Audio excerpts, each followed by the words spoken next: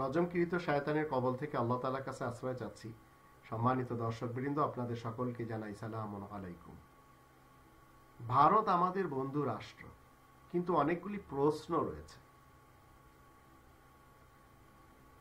আমি বাংলাদেশি সেবা পার্টির পক্ষ থেকে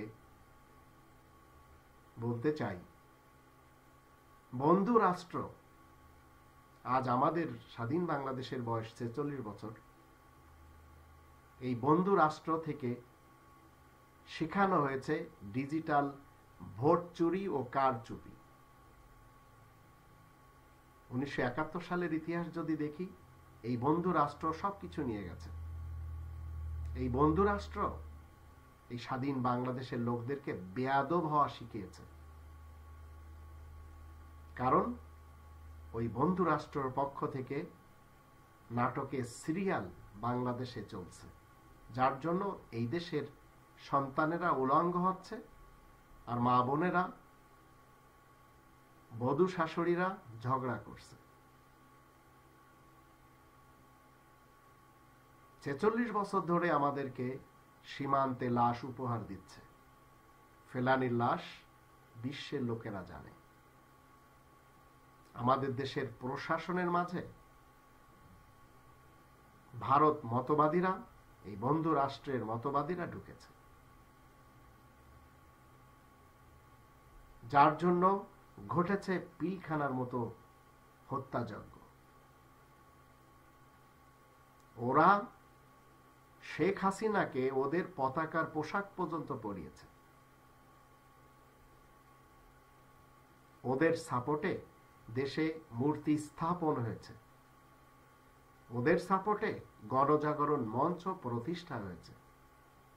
ওদের সাপোর্টে এই স্বাধীন বাংলাদেশে ইসকন ঢুকেছে। ওরা দিয়েছে, এই ভারত আমাদেরকে দিয়েছে দেওবন্দি মতবাদ। ভারত আমাদেরকে দিয়েছে বেরেলভি মতবাদ। এই দেওবন্দ ইউপির একটা শহর, বেরেলি ইউপির একটি শহর। ওরা দিয়েছে মৌদুদি মতবাদ, পাঠানকোটের মতবাদ। ওরা দিয়েছে পীর মুরিদি মতবাদ, আজমের এবং দিল্লির মতবাদ। ওরা দিয়েছে বাতিনি মতবাদ। ওরা দিয়েছে মাজার এবং দরগার মতবাদ। ওরাই দিয়েছে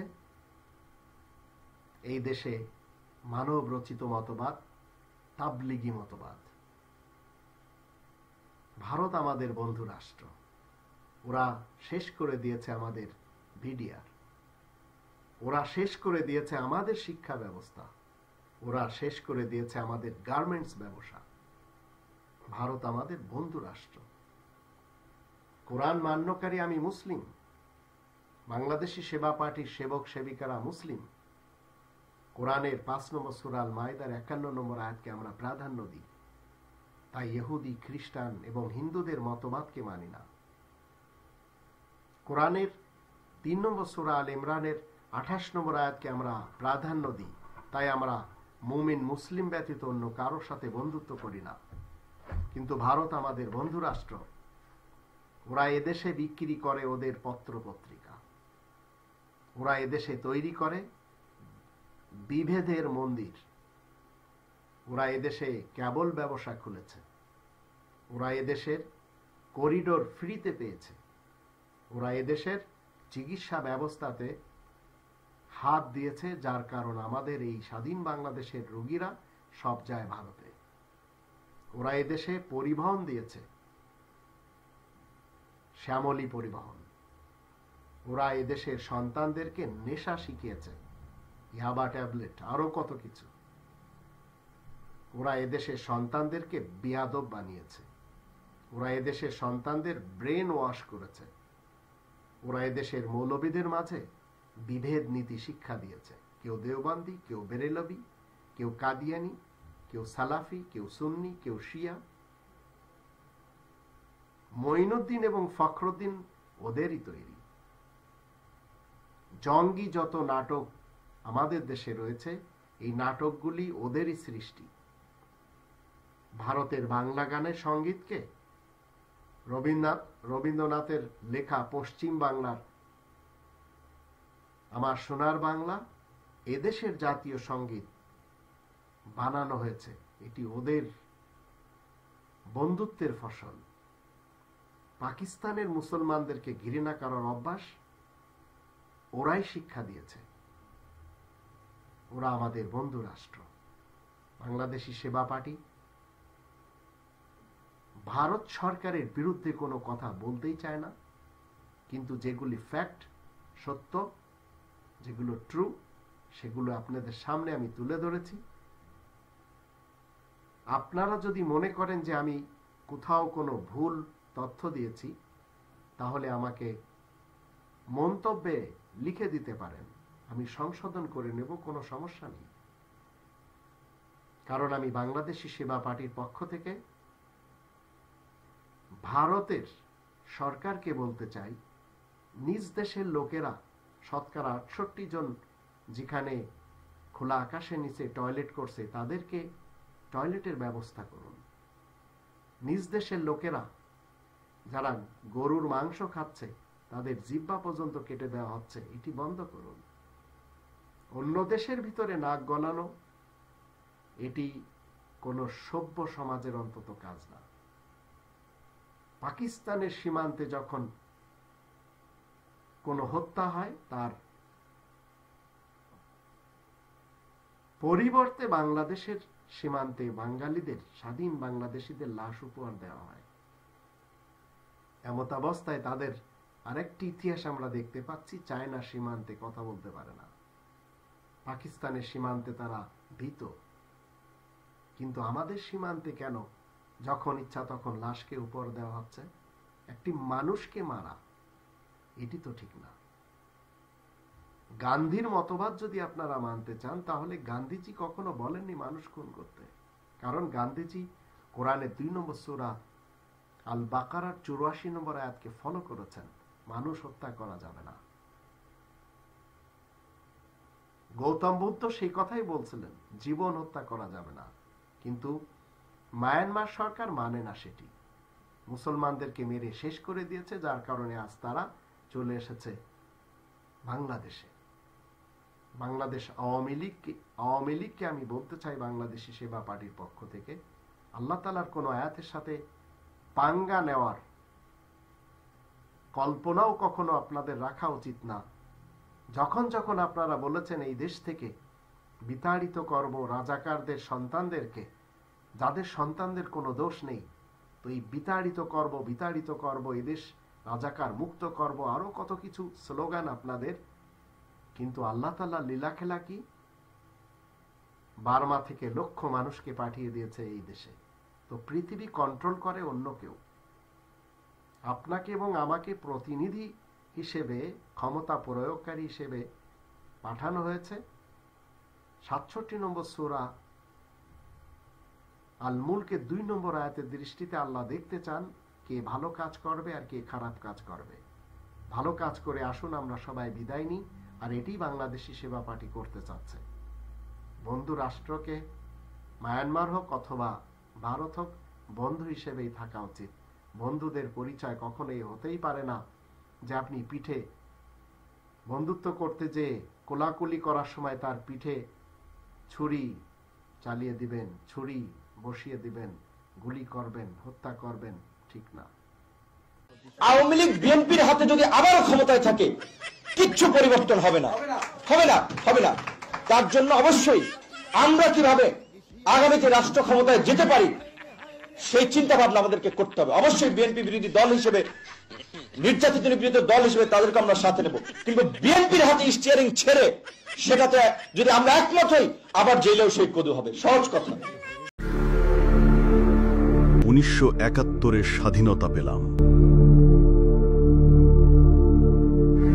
কিন্তু আসলেই কি আমরা স্বাধীন ছিলাম? শেষ 50 বছর ধরে ভারত আমাদের রাজনৈতিক মেরুদণ্ড ভেঙে দিয়েছে। প্রতিনিয়ত হস্তক্ষেপ, রাজনীতি, ব্যবসা, শিক্ষা, সংস্কৃতি সবকিছুতেই তাদের ছায়া। ভারতের ছত্রছায়ায় আওয়ামী লীগ হয়ে উঠেছে স্বৈরাচারী এক দল।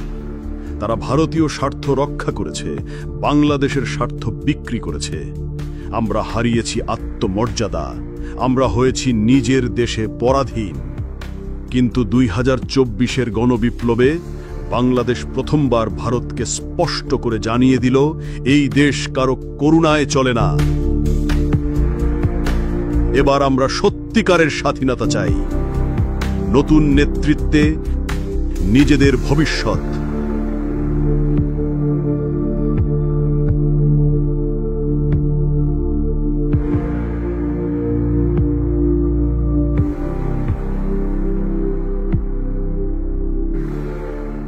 আমি মুফতি সকলকে হেদায়েতের বাণী শোনাই, কিন্তু আমি নিজে কন্ট্রাক্ট করে অ্যাডভান্স নিয়ে তারপর ওয়াজ করতে যাই।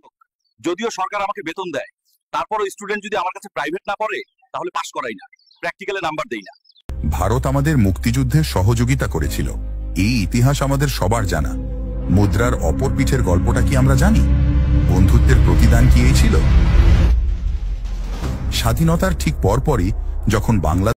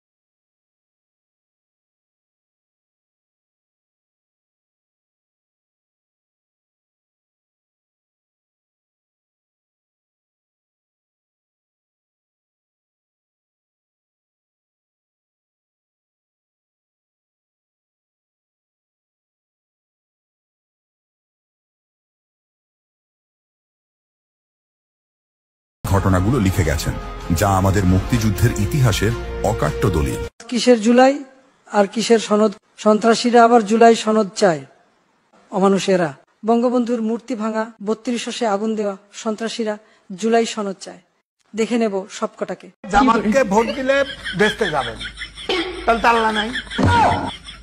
আরে কোরআনে তো বলা আছে বেস্ত দোজক বানাইছে আল্লাহ, আপনার বিচার করবে আল্লাহ, বস্ত দোজক স্যাংশন করবে আল্লাহ।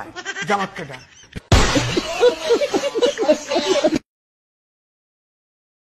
আমি আমার জীবনটারে ওয়াকফ করে দিয়েছি রাসূলুল্লাহর আর অলিউল্লাহর দালালি করার জন্য। আমি ওনাদের দালাল হিসেবে যদি কবুল করে আমার নামাজ টামাজ কিছু লাগবে না। হ্যাঁ, গাউসে পাকের মুরিদ যদি বলতে পারে এই মান রব্বুকা, মুনকির নকির বলতে পারে থ মান রব্বুকা কেটা রে? আমার রব আব্দুল কাদের। নাউযুবিল্লাহ, আস্তাগফিরুল্লাহ। বন্ধুগণ দেখেন কত নম্বরের বন্ড। ভিডিওটি সবাই শেয়ার করে দেবেন। জামাতকে ক্ষমতায় নেওয়া খুবই কঠিন, তাদের উপরে 71-এর প্রশ্ন থাকবে। আপনি আওয়ামী লীগ হারছে, এখন কি চিন্তা করতেছেন? আওয়ামী লীগ শেষ হয়ে গেছে, আমরা ক্ষমতায় যাবো এই চিন্তা আমাদের মাথার মধ্যে নেই। যেই কারণে যে উদ্দেশ্যকে সামনে নিয়ে মানুষ জীবন দিয়েছে, রক্ত দিয়েছে, তার প্রতি কিয়ামত পর্যন্ত জামাত বর্তমান যে আদর্শের উপরে আছে, যে নীতির উপরে আছে, এই নীতি আদর্শ উপরে যদি থাকে গোটা দুনিয়া সবাই ঐক্য করতে পারে, কিন্তু চরমনাইওয়ালার কোনো ঐক্য করবে না।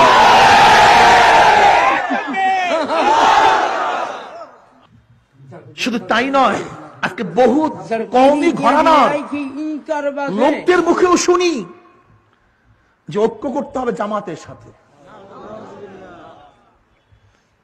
ভাইও ভালো মতো বুঝো, আমি মনে করি আজকে যদি কোন কোরআন নাজিল হইতো, আজকে যদি কোন নবী নাজিল হইতো, তাহলে সেই কোরআনের মধ্যে, সেই নবীর কথার মধ্যে নবী মুহাম্মদের হাজার হাজার উম্মতের ওয়াকিয়া কোরআনের মধ্যে চলে আসতো, হাজার হাজার ওয়াকিয়া।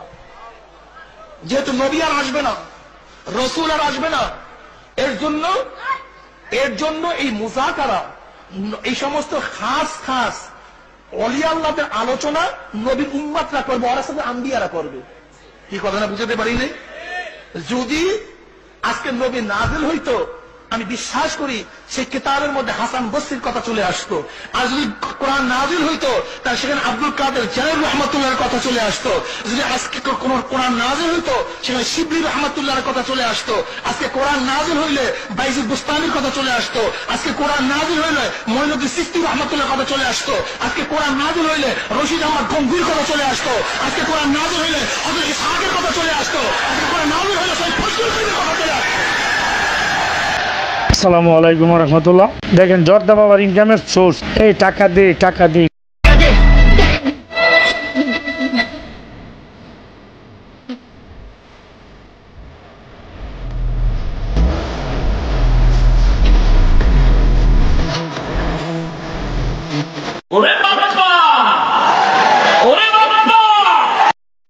দূরে একটা গরু বান্ধা দাদাদার রহমাতুল্লাহ হাত উপরে দিকে উঠাইয়া ডাক দিয়া বলে, গরু এদিকে আও। ডাকের সঙ্গে সঙ্গে গরু তার রশি ছিঁড়া দৌড় দিয়ে আসে দাদাদারের সামনে আসে। তখন দাদাদার বলে, ওরে দুনিয়ার মানুষ, আমাদের কথা শুনলি না, দেখ গরু পর্যন্ত আমাদের কথা মানে। এ দুনিয়াদার পাগলেরা কোন দুনিয়ার পাগল? আমি মনে করি এই আওয়ামী লীগ বিএনপি যারা করে তারা সবাই ধর্ষকের সমর্থক, খুনের সমর্থক, চাঁদার সমর্থক, দখলদারি সমর্থক। টেকনাফ থেকে তেঁতুলিয়া পর্যন্ত সকল বাংলাদেশের মানুষ জানে চরমোনাই 17 বছর ধরে 15 বছর ধরে আওয়ামী লীগের দালালি করেছে। আর এবং কি 15 বছর দালালি বাদ দিয়ে 15 বছর পান এবং কি জর্দা চাবাইয়া পানে চিপটি হালাইছে ডাইনে আর বায়ে। সবাই জেল কাটছে, জামাতের লোকেরা জেল কাটছে, চরমোনাই পান খাইছে। আসলে কি বাস্তব না? দালাল এক নামে সবাই চিনে। বাংলাদেশের টেকনাফ থেকে তেঁতুলিয়া পর্যন্ত চরমোনাই হচ্ছে দালাল। দালাল কেন বলছি? এতগুলো আলেমকে গ্রেপ্তার করলো, চরমোনাইকে কেন গ্রেপ্তার করলো না? তারা ফেসিবাদ সরকারের সাথে যুক্ত ছিল, তলে তলে খাইছে পানার জর্দা। আর এখন আইসা বিএনপির লগে লাগিয়ে গেছো। বাতিজা ভুল্লা যায় না, বাংলাদেশের জনগণগুলো সম্পূর্ণ রেকর্ড রাখে, মোবাইলের ভিতরে থাকে। সকল ভাই বোনদেরকে বলবো শেয়ার করে দেন। দালাল যেমন ভবিষ্যতে কোনোদিন সংশোধন যেতে পারে, এইসব দালাল আঙ্গ বাংলাদেশে চলে না। এই চরমোনাই পীর যুগে যুগে বাংলার জমিনে যতবারই ওলামাকে একত্র হয়েছে, আন্দোলন করেছে, তাদের পিছন থেকে ছুরি মেরে ইসলামকে ধ্বংস করেছে। আপনারা জানেন ওনার দলের যে নাম ইসলামী শাসনতন্ত্র আন্দোলন, এটা কোনো দল ছিল না। এই দলের ইতিহাস পড়ুন। এই দল জন্ম হয়েছে আমাদের সামনে। আমি তখন মিশকাত পড়ি, জামিয়া রহমানিয়া তখন হয় নাই। লালবাগ থেকে আমরা এসে জামিয়া মোহাম্মদী হাউজিং এর মালিক হাজী সিরাজউদ্দৌলার 2য় তলা বিল্ডিং এ যেখানে সে থাকে, ওই বিল্ডিং এর 2 তলায় ওই সময়কার বড় বড় আলেম দেলোয়ার হোসেন সাইদি, শাইখুল হাদিস আল্লামা আজিজুল হক সাহেব, মুফতি আমিনী সাহেব, এরকম চরমোনাই পীরও ছিল। এরকম ভাবে আব্দুল গাফফার সাহেব ঢাকার একজন বড় আলেম ছিলেন, মারা গেছেন। এই লোকগুলো একাত্র হয়ে চিন্তা করলো দল না, আমরা আন্দোলন করবো ইসলামী শাসন ব্যবস্থা কায়েমের জন্য। সব দলমত ভেঙ্গে দিয়ে একটা ব্যানারে আমরা একত্র হব এবং সেটার জন্য একটা বড় সমাবেশ ডাকা হয়েছিল ঢাকার শাপলা চত্বরে। সেই সমাবেশের মাইকে আমি নিজে করেছি। এত বড় আশা নিয়ে যখন কাজ শুরু হলো এবং এখানে সিদ্ধান্ত হয়েছিল এটা যেহেতু কোনো দল না, আন্দোলন, সুতরাং এটার কোনো নির্দিষ্ট আমির থাকবে না, 2 বছর পর পর আমির চেঞ্জ হবে। এরকম প্রথম আমির হলেন এদেশের আলেমদের উস্তাদ শাইখুল হাদিস আল্লামা আজিজুল হক সাহেব রাহিমাহুল্লাহ। এরপরে যখন চরমোনাই পীর 2য় নাম্বার এটার মালিক হয়ে গেলেন, সভাপতি নির্বাচিত হলেন, এরপরে এই যে ছিনতাই হলো ওখান থেকে আর বের হতে পারলো না। শাসনতন্ত্র আন্দোলন চুরি হয়ে গেল। এরপরে যখন আবার নতুন করে এদেশের আলেম সমাজ নাস্তিক, মুরতাদ এবং ব্লগারদের বিরুদ্ধে ঐক্যবদ্ধভাবে মাঠে নেমেছে, উচিত ছিল তাদের নিজেদের প্রোগ্রাম বাদ দিয়ে ঐক্যবদ্ধভাবে 6 তারিখের প্রোগ্রামে একাত্র হওয়া। তারা করলো কি? সেই প্রোগ্রামের সাথে একটা রাজনৈতিক স্লোগান দিল, হ্যাঁ আমরা একমত আছি, কিন্তু তারা ইহুদি খ্রিস্টানদের সাথে আতাত করে নিজেরা তাদের ছত্র ছায়ায় একটা সম্মেলন করে উধাও হয়ে চলে গেছে। যাতে করে পরবর্তীতে যদি এই আলেমরা কোনো বিপদে পড়ে ওনরা যেন বিপদে না পড়েন। এই লোকগুলো সব জায়গায় থানায় থানায় আমার বিরুদ্ধে অভিযোগ করেছে আমি জঙ্গিবাদীদের লেজা। চরমনাইদেরকে শিক্ষা নিতে হবে, মুরিদদেরকে জানতে হবে, যদি জিহাদের কথা বললে বলে জঙ্গিবাদী হয়, তাহলে সেজন্য আল্লাহ সুবহানাহু ওয়া তাআলা কোরআনের জিহাদের আয়াত নাযিল করেছেন, তুমি আল্লাহকে জঙ্গিবাদী বলছো। জিহাদের হাদিস আল্লাহ রাসূল বলেছেন, আল্লাহ তাআলা বলছেন ইন্নাল্লাহা ইউহিব্বুল্লাযীনা ইউকাতিলুনা ফী সাবিলিহি সাফফান, নিশ্চয় আল্লাহ ভালোবাসেন ওই সমস্ত লোকদেরকে যারা আল্লাহর রাস্তায় কেতাল করে, যুদ্ধ করে, কাতারবন্দী হয়ে। কি করে? তাদেরকে আল্লাহ ভালোবাসেন। কেতাল কোরআনে আছে, যুদ্ধ কোরআনে আছে। এমনি ভাবে আল্লাহ সুবহানাহু ওয়া তাআলা সূরা তাওবার 111 নম্বরে বলেছেন ইন্নাল্লাহা আশতারা মিনাল মুমিনিনা আনফুসাহুম ওয়া আমওয়ালাহুম বিআন্না লাহুমুল জান্নাহ ইউকাতিলুনা ফী সাবিলিল্লাহ, নিশ্চয় আল্লাহ তাআলা মুমিনদের জান এবং মাল ক্রয় করেছেন জান্নাতের বিনিময়ে। ইউকাতিলুনা ফী সাবিলিল্লাহ, তারা আল্লাহর রাস্তায় কেতাল করে, যুদ্ধ করে। আল্লাহর কাছে বিকৃত মাল হস্তান্তর করবে কেমনে সেটা আল্লাহ বলে দিয়েছেন। ইউকাতিলুনা ফী সাবিলিল্লাহি, তারা আল্লাহর রাস্তায় কিতাল করে, যুদ্ধ করে। ফায়াকতুলুনা ওয়া ইউকতালুন, তারা মারে আর মরে। মারে আগে, তারপরে বোঝা গেল খালি হাতে যাওয়া যাবে না। আল্লাহ পরিষ্কার বলেছেন ফায়াকতুলুনা ওয়া ইউকতালুনা, তারা মারে আর মরে। মারামারি আছে কিনা কোরআনে? এমনি ভাবে আল্লাহ সুবহানাহু ওয়া তাআলা প্রায় 400 আয়াত নাযিল করেছেন। আল্লাহর নবী মুহাম্মদুর রাসূলুল্লাহ সাল্লাল্লাহু আলাইহি ওয়াসাল্লাম যুদ্ধ করেছেন। তোমার বুঝে না আসলে বদর, উহুদ, খন্দকের ইতিহাস পড়ো, বুখারীর হাদিস পড়ো। আল্লাহর নবী সাল্লাল্লাহু আলাইহি ওয়াসাল্লাম বলেছেন লাওয়াদিত্তু উক্তালা ফী সাবিলিল্লাহি সুম্মা উহিয়া সুম্মা উক্তাল সুম্মা উহিয়া সুম্মা উক্তাল, আমার মনে চায় আমি আল্লাহর রাস্তায় যুদ্ধ করি, আবার শহীদ হই, আবার যুদ্ধ করি, আবার শহীদ হই, আবার যুদ্ধ করি, আবার শহীদ হই। সুতরাং যদি কোরআনের কথা বলা, হাদিসের কথা বলা, জিহাদের কথা বলার কারণে জঙ্গিবাদী হয়, তাহলে ইনশাআল্লাহ আমি সে জঙ্গিবাদী হতে পারি, মৌলবাদী হতে পারি, কিন্তু যারা বিরোধিতা করে তারা আল্লাহর দুশমন, রাসূলের দুশমন। সুদের বিরুদ্ধে আর ওয়াজ নাই, ক্ষমতার লিপসা জাগছে। এই 7 এমপি মন্ত্রী হয়ে তুমি জাতির সাথে গাদ্দারি করবা, আল্লাহর কাছে হিসাব দিবা কি? তারপর নির্বাচনে দাঁড়াইলে যে পাশ করবা, ভোট আছে কয়টা? অধিকাংশ জায়গাতেই তো জামানত হারাইতে হবে। চুন খায় মুখ নষ্ট করার দরকার। বিএনপি বারবার বলে এদেশে রাজাকারদের সন্তানদের জায়গা হবে না, অথচ মির্জা ফখরুলের বাবাও একজন রাজাকার ছিল। বাংলাদেশের পরীক্ষিত যে দুইটা দল, এই পরীক্ষিত দুইটা দল কিন্তু রাজাকার নামের যে দলটা তাকে ব্যবহার করছে।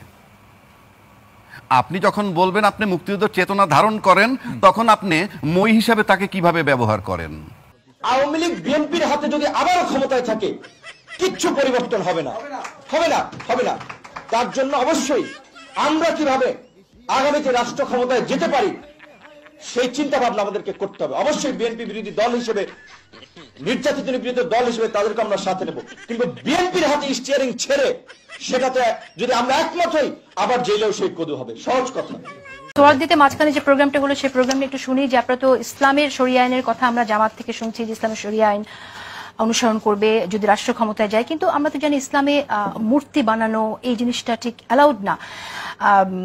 ধারণা করে ঠিক আছে, কিন্তু ইসলাম যা বলছে সেই অনুযায়ী আমরা যে সোহরাওয়ার্দীতে দেখলাম মূর্তি বানানো হয়েছে, সেটা কি ঠিক আছে?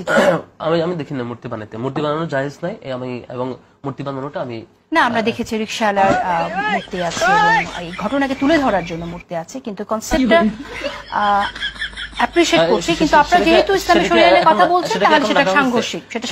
সেটা এই কনসেপ্ট থেকে রাখা হয়েছে, যেটা হচ্ছে এটা আমরা জাস্ট 3 দিন এটা শো করা হবে, তারপর এটা নষ্ট করে দেওয়া হবে। আচ্ছা, 3 দিনের শো করা হয়েছে, এটা চিত্র হিসাবে দেখানো হয়েছে, চিত্রপট হিসাবে, এবং পরবর্তীতে এটা ধ্বংস করে দেওয়া হয়েছে। আমরা মূর্তি শরিয়া আইনের সাথে না গেলেও সেটা লঙ্ঘন করা 3 দিনের জন্য ঠিক আছে? না না, বা শরিয়া মুফতি মৌলানা টাইটেল নিয়ে নাচানাচি করার কিছুই নেই। ইহুদি খ্রিস্টানদের মধ্যেও আপনাদের থেকে বড় বড় মুফতি মৌলানা রয়েছে, এমনকি মাদ্রাসা তারাই তৈরি করেছেন। ওই হুজুরের মুখে ইতিহাসটা শুনে নিন। আমরা পড়েছি, যা আমরা শিখেছি, এটার উপরে আপনি নির্ভর করিয়ে না। তার কারণ সমস্যাটা কোথায় শুনে, এই যে মাদ্রাসা 1781 খ্রিস্টাব্দে লর্ড ওয়ারিং হেস্টিংস এর সময় কিন্তু এই প্রথম মাদ্রাসা তৈরি হয়েছে। তৈরি হওয়ার পরে এই মাদ্রাসার প্রিন্সিপাল ছিল মোল্লা মদন, মোল্লা মাসুদ্দিন, কিন্তু মোল্লা মদন নামে সে বিখ্যাত ছিল। তো উনি প্রথম প্রিন্সিপাল হওয়ার পরে মানে 1781 থেকে আরম্ভ করে 1927 সাল পর্যন্ত এই মাদ্রাসার প্রিন্সিপাল সেক্রেটারি সব ছিল খ্রিস্টান। ইহুদি খ্রিস্টানদের মধ্যে তো অনেক বড় বড় আলেম, আমাদের আলেমদের সাথে বহুগুণ বড় আলেম ইহুদি খ্রিস্টানদের মধ্যে আছে। এই আলেমরা মানে 1781 থেকে আরম্ভ করে 1927 সাল পর্যন্ত তারা এই মাদ্রাসা শিক্ষাকে এমন একটা স্তরে পৌঁছিয়ে দিয়েছে যে আমরা যেন একজনকে একজনে গুতিতে থাকি সবসময়। মতভেদ, একতলাফ, হিংসা, বিদ্বেষ। আপনি কোন টুপি মাথায় দিয়েছেন, কোন দলে, এটা ওনারা দেখে বোঝে। যদি ওনাদের টুপি না হয় তো আপনাকে সালাম দিবেও না, আর আপনার সালামের জবাবও দিবে না। বাংলাদেশের দ্বিতীয়বার ক্ষমতা আসতে দেওয়া হবে না, ক্ষমতা আসতে দেওয়া হবে না। আরে বেচারা, আচ্ছা এর কোনো আত্মীয় স্বজন নাই, শুভাকাঙ্ক্ষী কেউ নাই? তাকে নিয়ে আপনারা একটু পাবনা নিয়ে ভর্তি করে দেন, যত টাকা লাগে আমি দিব, ওকে পাবনাতে ভর্তি করান প্লিজ। ওর সব শেষ হয়ে গেছে, ওর বউ বাচ্চা ছেড়ে চলে গেছে অনেক আগে। তারা সবাই জেলে, আমি জেলে না কেন? তাদের প্রশ্নই হলো আমি জেলে না কেন? আওয়ামী লীগের দালাল। সহজ উত্তর, একটা সহজ, এর জন্য অ্যারেস্ট করে না। শত শত কোটি টাকার প্রস্তাব আমার কাছেও আসে, বাজার 2, 4, 5, 10টা এমপি পদ নেওয়ার জন্য প্রস্তাব আমার কাছে আসে, বাজার বিভিন্ন কায়দায় মন্ত্রিত্বের প্রস্তাব আমার কাছে আসে।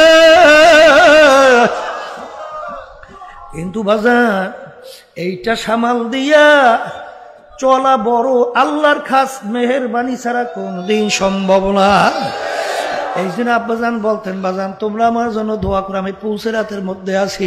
জামাতের আমির এবং চরমনায় যে একটা বাটপার আছে না, কথা বলে না কেন, ফয়জুল করিম, কি করি, কয়দিন আগেও কিন্তু জামাতকে নিয়ে যা ইচ্ছা তা বলেছে, বলছে কিনা?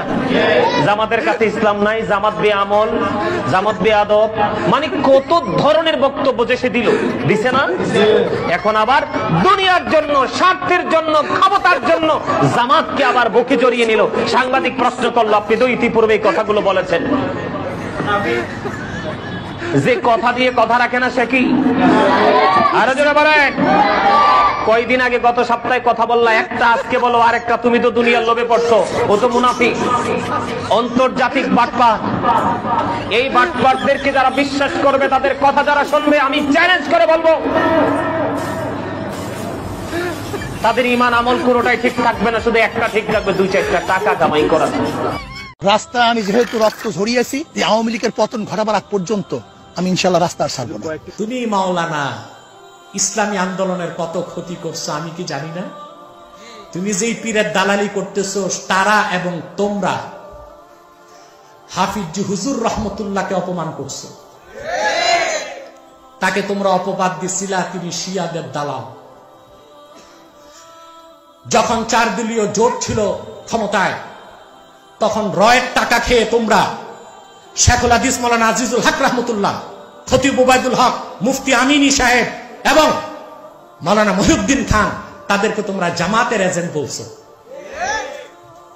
পরবর্তীতে দেখলাম মাজলুম জননেতা হাফেজ আল্লামা জুনায়েদ বাবুরী রহমতুল্লাহকেও এত অকথ্য গালিগালাজ করছো তোমরা। কোন ভদ্র ঘরের সন্তান এরকম গালি দিতে পারে না একজন শেখুল হাদিসকে। তোমরা ভণ্ড, প্রতারক, দেওবন্দের নাম বিক্রি করে খাও, দেওবন্দের সাথে তোমাদের সম্পর্ক নাও, হুলুল আকীদায় বিশ্বাসী ভণ্ড পীরের এজেন্ট তোমরা, দালাল তোমরা। সারা দেশের হক্কানি উলামায়ে দেওবন্দকে বলবো, তাদের কথায় বিভ্রান্ত হবেন না। আমার সাথে আপনারা থাকলে, না থাকলে আপনাদেরও ক্ষতি নাই, আমারও ক্ষতি নাই। থাকলে উম্মাহের লাভ। দেওবন্দের জন্য দরদ আসছে। 13 সালে হেফাজতের বিপদের সময় কোথায় ছিলাম মৌলবী? সুসময়ে অনেকে বন্ধু হয়, অসময়ে হায় হায় কেউ কারণ হয়। 13 সালে হেফাজতের বিপদে তোমাদের পীর আর তোমরা মৌলবীরা রয়ের দালালি করে হেফাজতের বিরোধিতা করছো।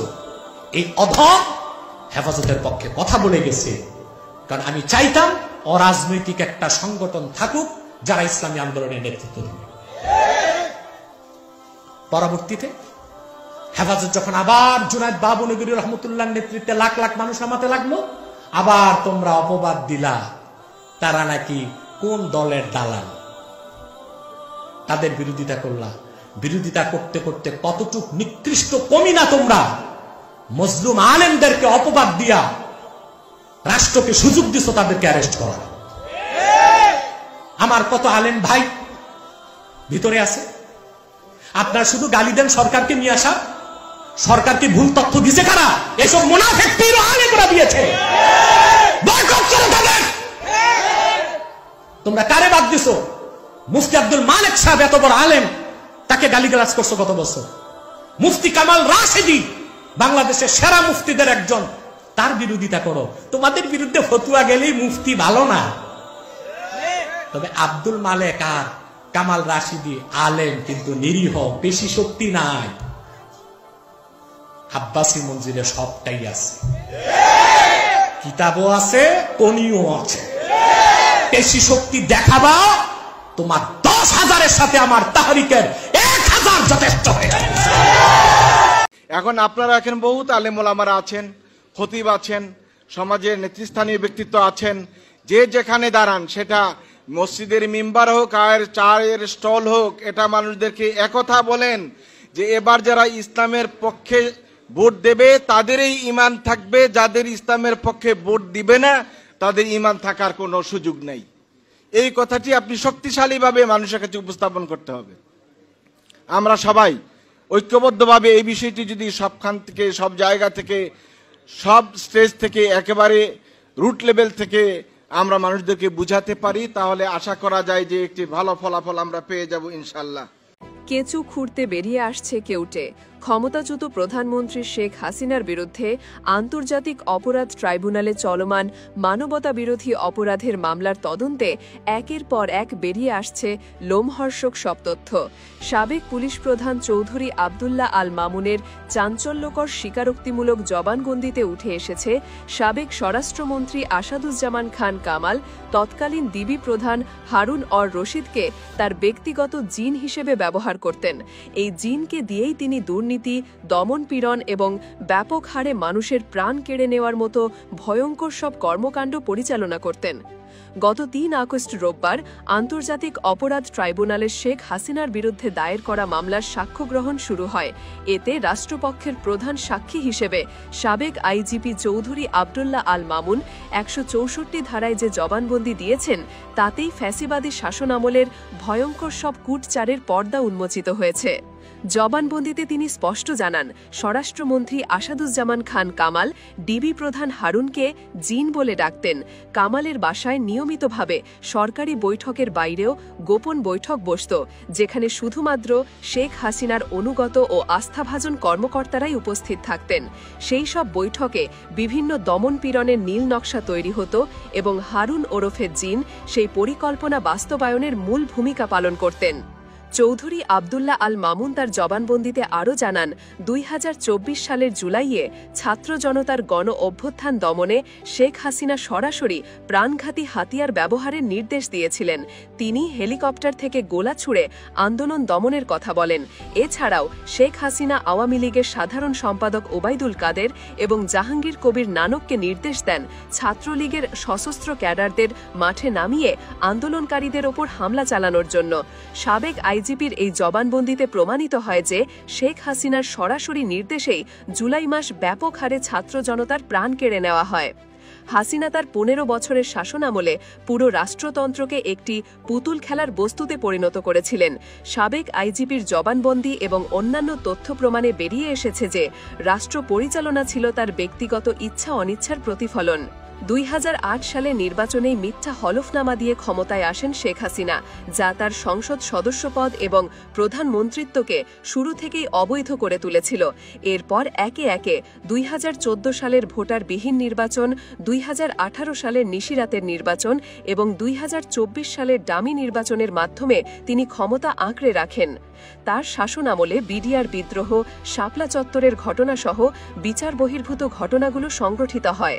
প্রাণ কেড়ে নেওয়া, মানুষ গায়েব করা, দুর্নীতি আর দমনপীড়নই হয়ে উঠেছিল তার সরকারের মূল নীতি। দেশের সকল বাহিনীকে তিনি তার ব্যক্তিগত লাঠিয়াল বাহিনীতে পরিণত করেছিলেন। একদিকে যখন শেখ হাসিনার দুঃশাসনের ভয়ঙ্কর চিত্র উন্মোচিত হচ্ছে, অন্যদিকে ড. মোহাম্মদ ইউনূসের নেতৃত্বাধীন অন্তর্বর্তীকালীন সরকার অল্প সময়েই বেশ কিছু গুরুত্বপূর্ণ সাফল্য অর্জন করেছে।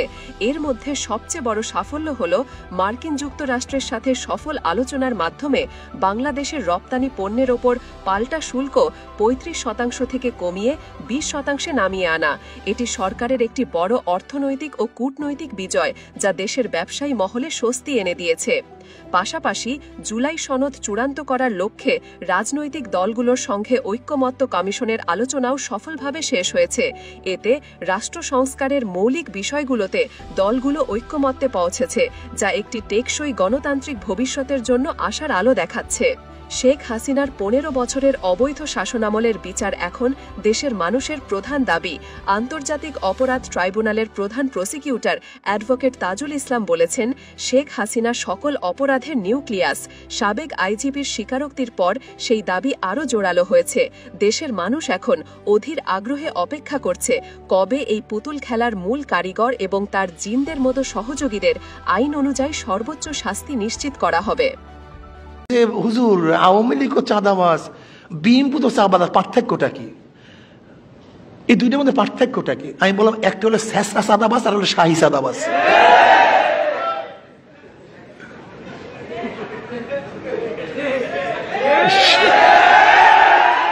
দেখবেন আওয়ামী লীগের লুটপাট হাজার হাজার হাজার হাজার শত শত শত শত কোটি।